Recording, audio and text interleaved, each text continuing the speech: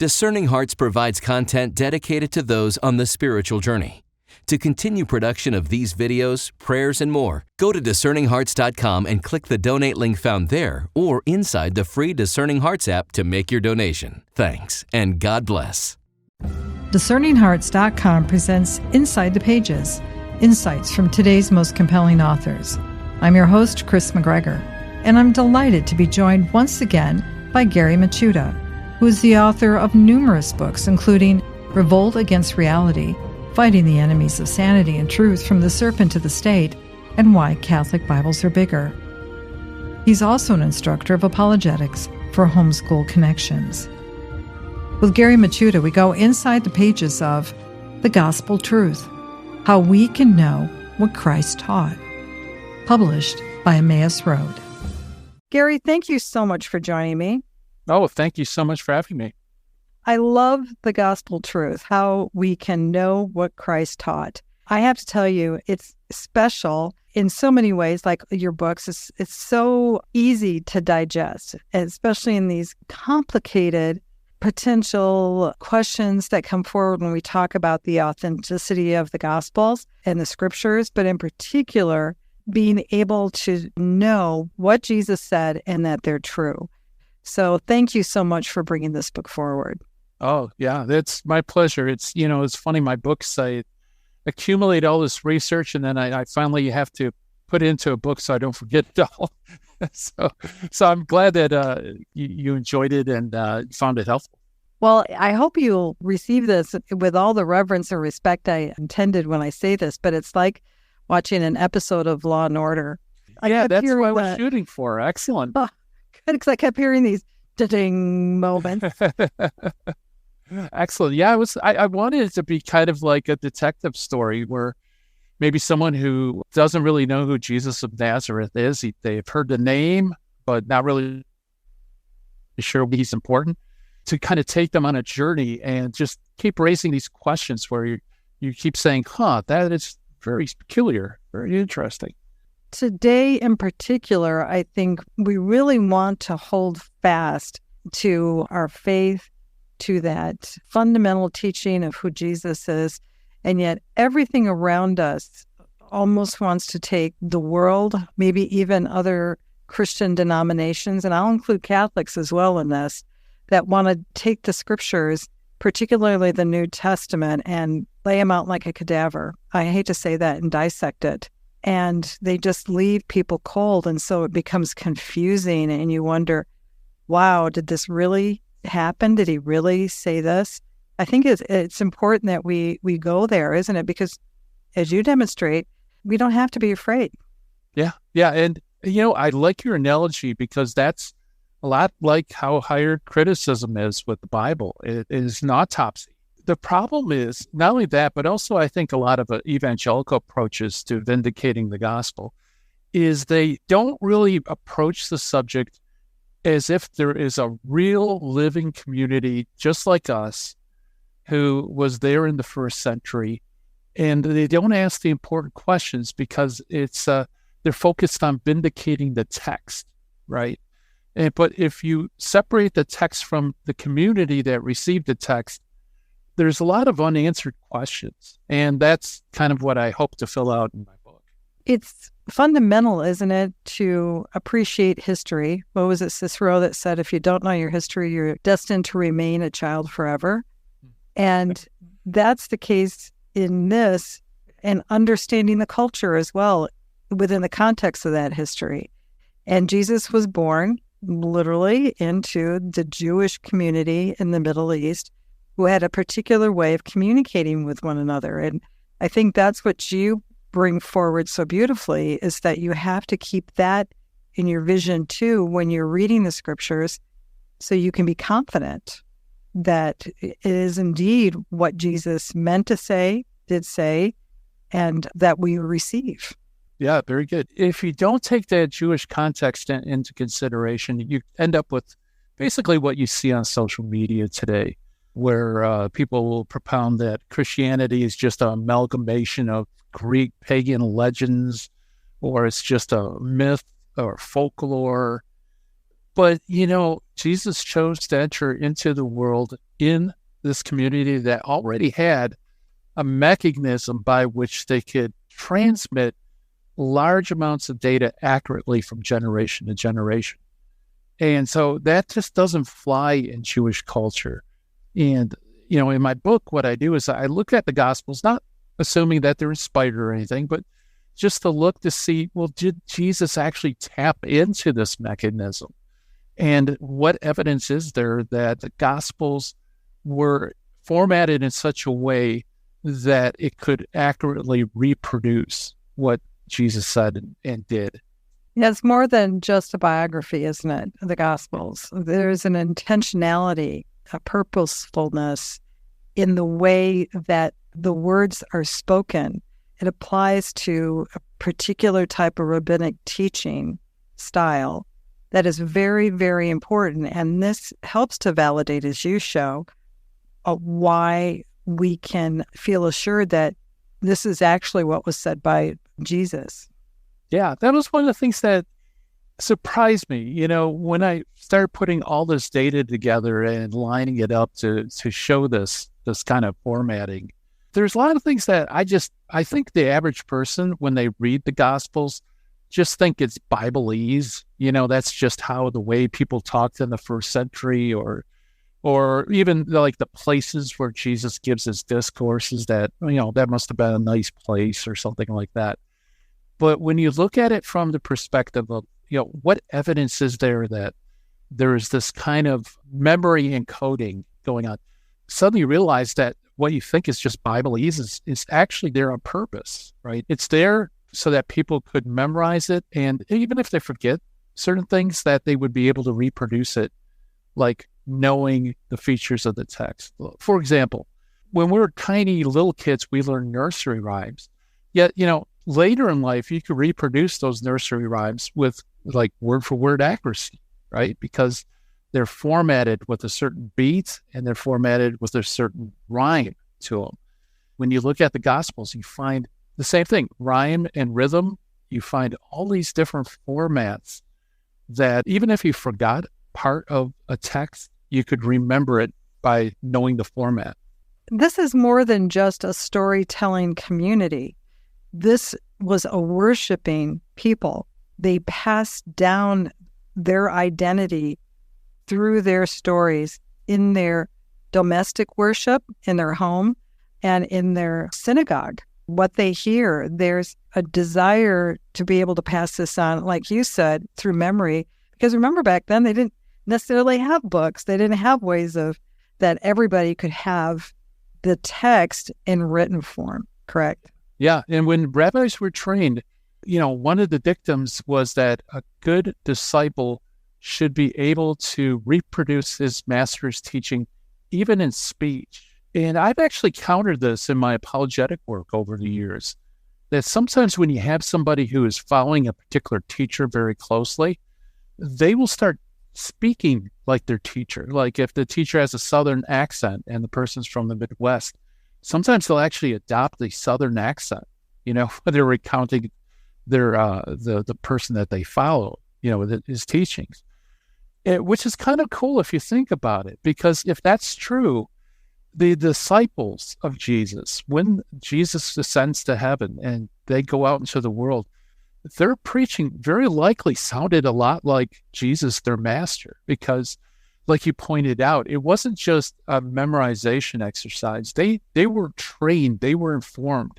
It was like almost going to a law school, right? Because the master would ask questions and propose test case for the students, and the students would also ask questions of the teacher.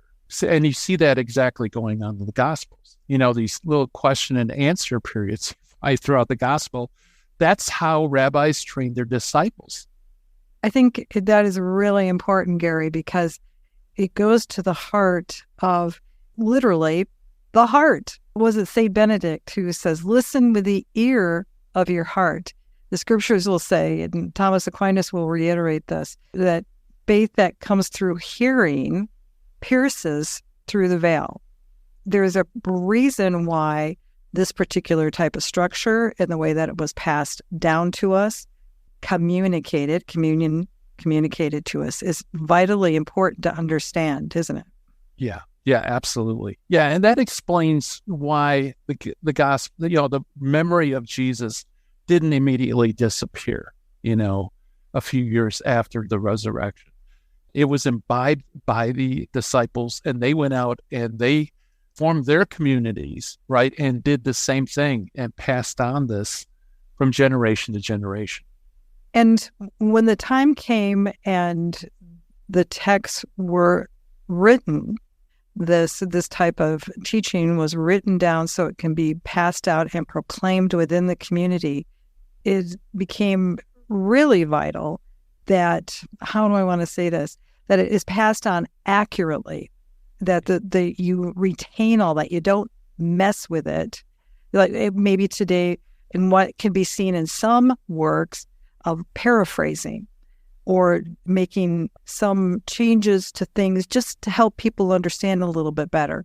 That can be very dangerous. You have to be very careful, don't you?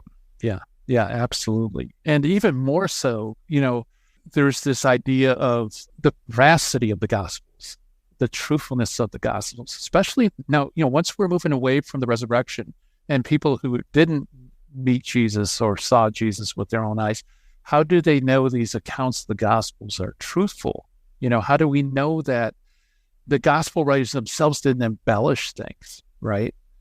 And so in my book, I go through what I call the dare to verify. It's an interesting way to read the Gospels. The analogy I use is when you go to a bank, if you have a check for $5 or $10, they just run the check through, no problem, right? But if you go to the bank with a check for, say, $250,000 or $1 million, you're not going to go through the drive-through, right? You got to go in, they got to check the funds, they got to check your identity. They're going to make sure, and then there's going to be a 5-day hold, right? Why? Because the risk involved with the bank, if this funds do not come through, that's going to hit them hard. So they're going to want to verify. And what I do in my book is I show that the Gospels write lots of very high amount checks. They claim Jesus is not just the Messiah, but he's also the God of Israel, that he raised people from the dead, that he performed miracles. These are $1 million checks. And for the original readers of the Gospels, it would have been incumbent upon them to verify whether this stuff was true. In fact, in the book, I even give some clues as to, even while the Gospels were written, it seems like the Gospel writers are almost daring the readers to verify whether the things they record is true. We'll return to Inside the Pages in just a moment. This is Kris McGregor of Discerning Hearts, a nonprofit Catholic apostolate dedicated to evangelization and spiritual formation through the use of new media. Discerning Hearts creates engaging multimedia specializing in audio and video productions, which are faithful to the teachings of the Roman Catholic Church and its rich, authentic spiritual tradition. Its mission responds to the Church's call to use the media for evangelization, catechesis, and spiritual renewal.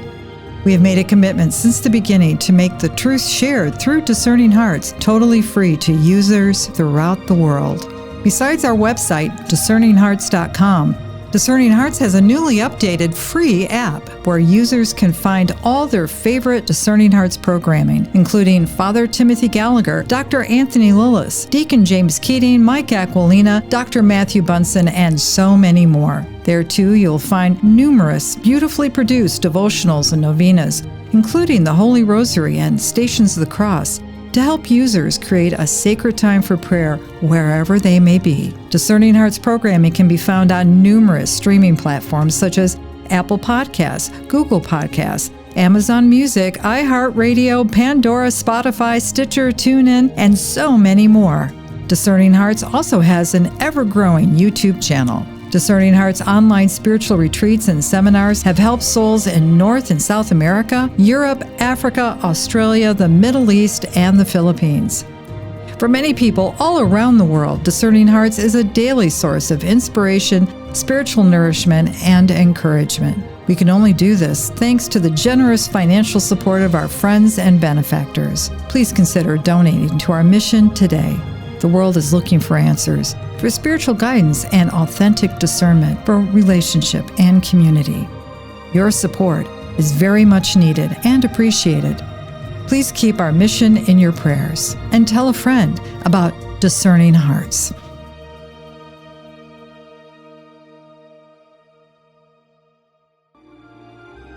We now return to Inside the Pages. We're talking with Gary Michuta about the gospel truth, how we can know what Christ taught.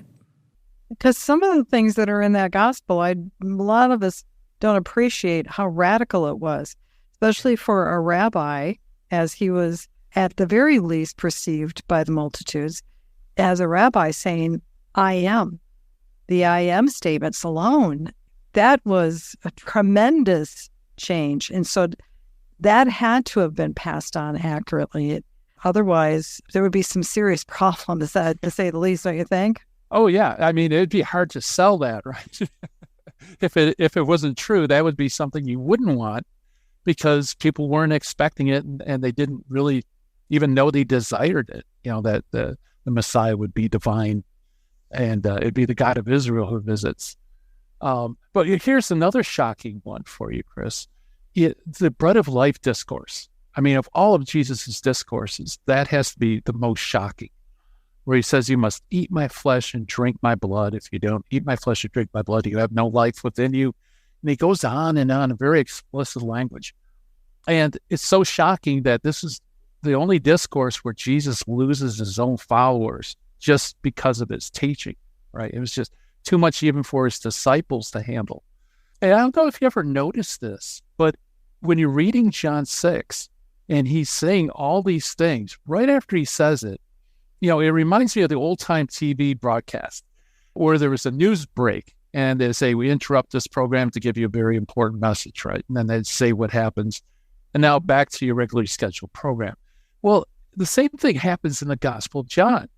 It's right after Jesus says all this, all of a sudden, for no apparent reason whatsoever, the narrator jumps in and interrupts Jesus's discourse, right? It's almost like we interrupt this discourse to tell you this. Okay, what does it say? Jesus taught these things while teaching in the synagogue of Capernaum. Now back to your regular scheduled discourse, right? Mm-hmm. Why did the narrator, John, why did you have to jump in and interrupt this discourse to give us, this little data about the synagogue? And really what it is he's daring the reader to verify it.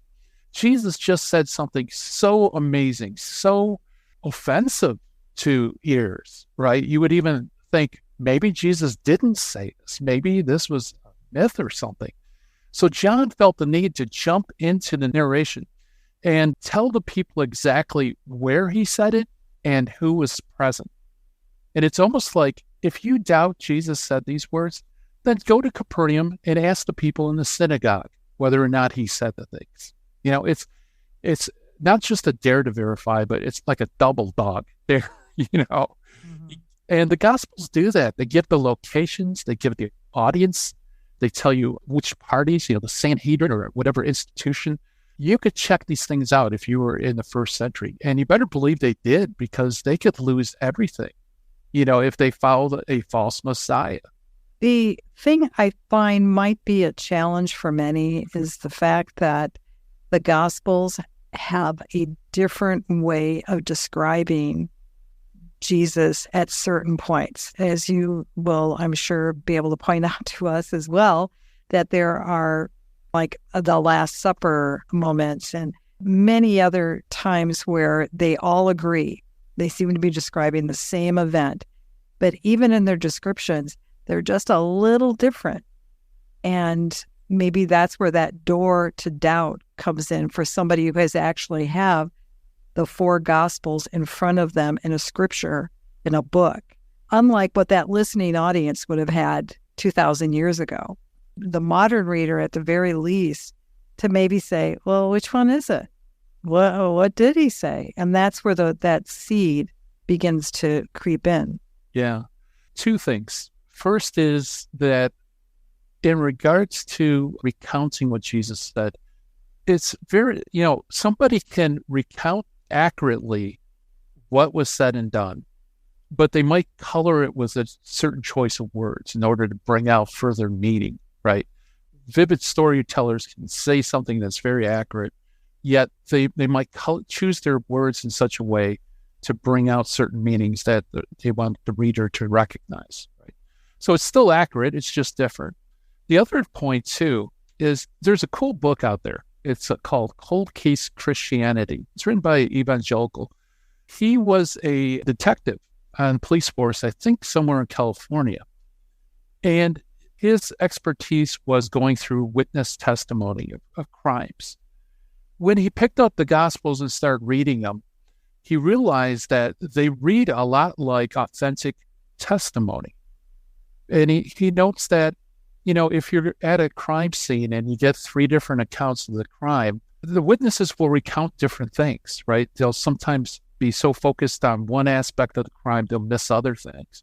While other people at the same scene would have a little bit more situational awareness, and they'll include more details.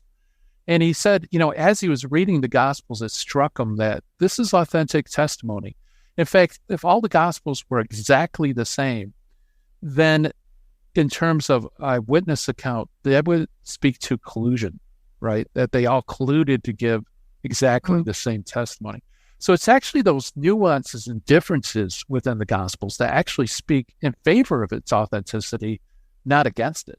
Oh, I like that. We too also have to look at the translations that would take place over time. And it all begins from the Greek scriptures. Was it Greek? Was it Aramaic? Did he speak in Hebrew? Sometimes that can be used to get someone who is faithfully following the scriptures, and someone comes along and says, but hey, what is it? It comes from all these different types of texts. That can begin to sow some doubt too. Well, I don't understand Greek. I don't understand Hebrew. How did they know that? Am I making sense, or am I overthinking it? Yeah, it's, what I found in social media with atheists is they would say, okay, even if I grant the evangelicals' approach that the Gospels we have are identical to the originals, and I grant that they truthfully describe what they say, all of that doesn't mean anything, because how do you know that your interpretation of the text is the same or true, right? That's a much better way of saying it. Thank you. That's what I was trying to say. Yeah. It's a good point. There was a book, I forgot the name of the author, but it was written a few decades after Luther. And the title of the book is 200 Interpretations of the Word, This is My Body. And he actually lists 200 people with different interpretations of those 4 words, right? Wow. And that's only a few decades after the Reformation. And so I think that's a really good point, is how do you know, even if you have the text and it is truthful, you can demonstrate, how do you know what meaning is? And the answer is sacred tradition. The early church didn't just hand down these texts and then forgot about them. Like we mentioned earlier, with that formation of rabbis and disciples, they passed on the meaning of the text as well. And so it's through the church we can understand the meaning and how to interpret these texts. And I think that covers up a multitude of sins as far as, translation errors or copyist errors and things like that. Is, we can approach the text and understand it, even if maybe we don't have a good translation or there were copyist mistakes.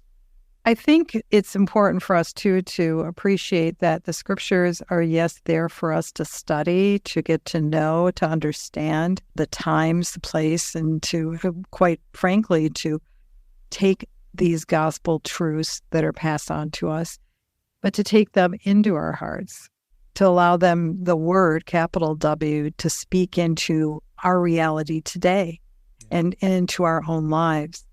And that's why it's so important that what's passed on does have that authentic, sacred tradition, that safety net, as it were, to help pass on these important, sacred communications. Yes, absolutely. Yeah, that's the beauty of being Catholic, is you're part of the same community that was there in the first century. It's extended throughout time. And so we could hear the voice of our Lord by listening to the church and listening to the Gospels as they're being preached at Mass. And in a sense, we're kind of taken back to the first century because we're hearing the voice of the Lord through his body, the church.